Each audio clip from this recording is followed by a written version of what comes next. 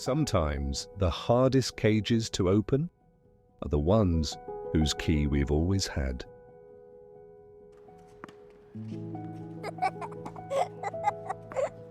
A father and his young son playing tennis in their backyard.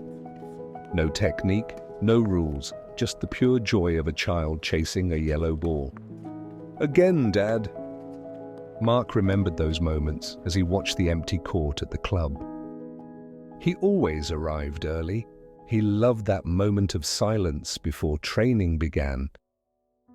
Before he had to put on the mask of the promising champion. Before he had to pretend each victory made him as happy as before. What started as a game transformed point by point into a golden cage. The victories piled up, and with them, the expectations. "Your father must be so proud. You have a natural gift. You'll go far." Words that sounded like praise, but weighed like chains. Sundays were no longer for playing with Dad in the backyard.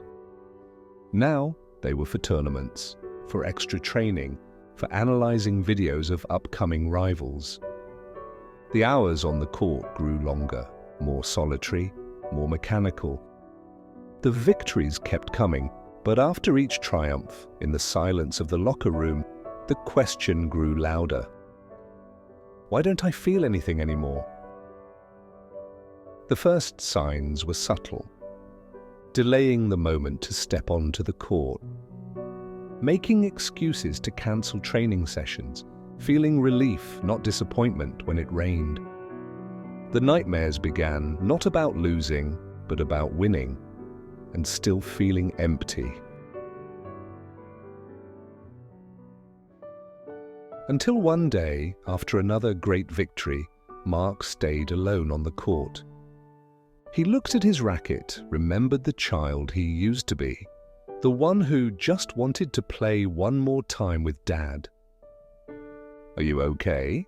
asked his coach, who had been watching in silence. For the first time in years, Mark answered with the truth, I don't know." What followed was harder than any match. Sitting down with his parents, with his coach.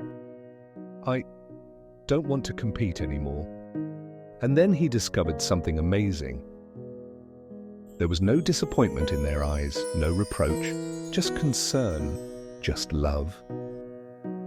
The expectations that had imprisoned him for so long existed mainly in his mind. Years passed. The racket rested in a corner. One day, walking near the club, he saw a father and his young son trying to play. The child was hitting the ball without technique, without rules, with pure joy, just like him so long ago. "Need some help?" The words came out on their own. And for the first time in years, when he picked up the racket, he felt like playing.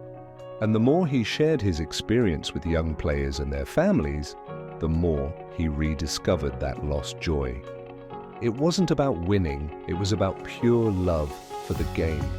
The court was still his home, but his place was now on the other side.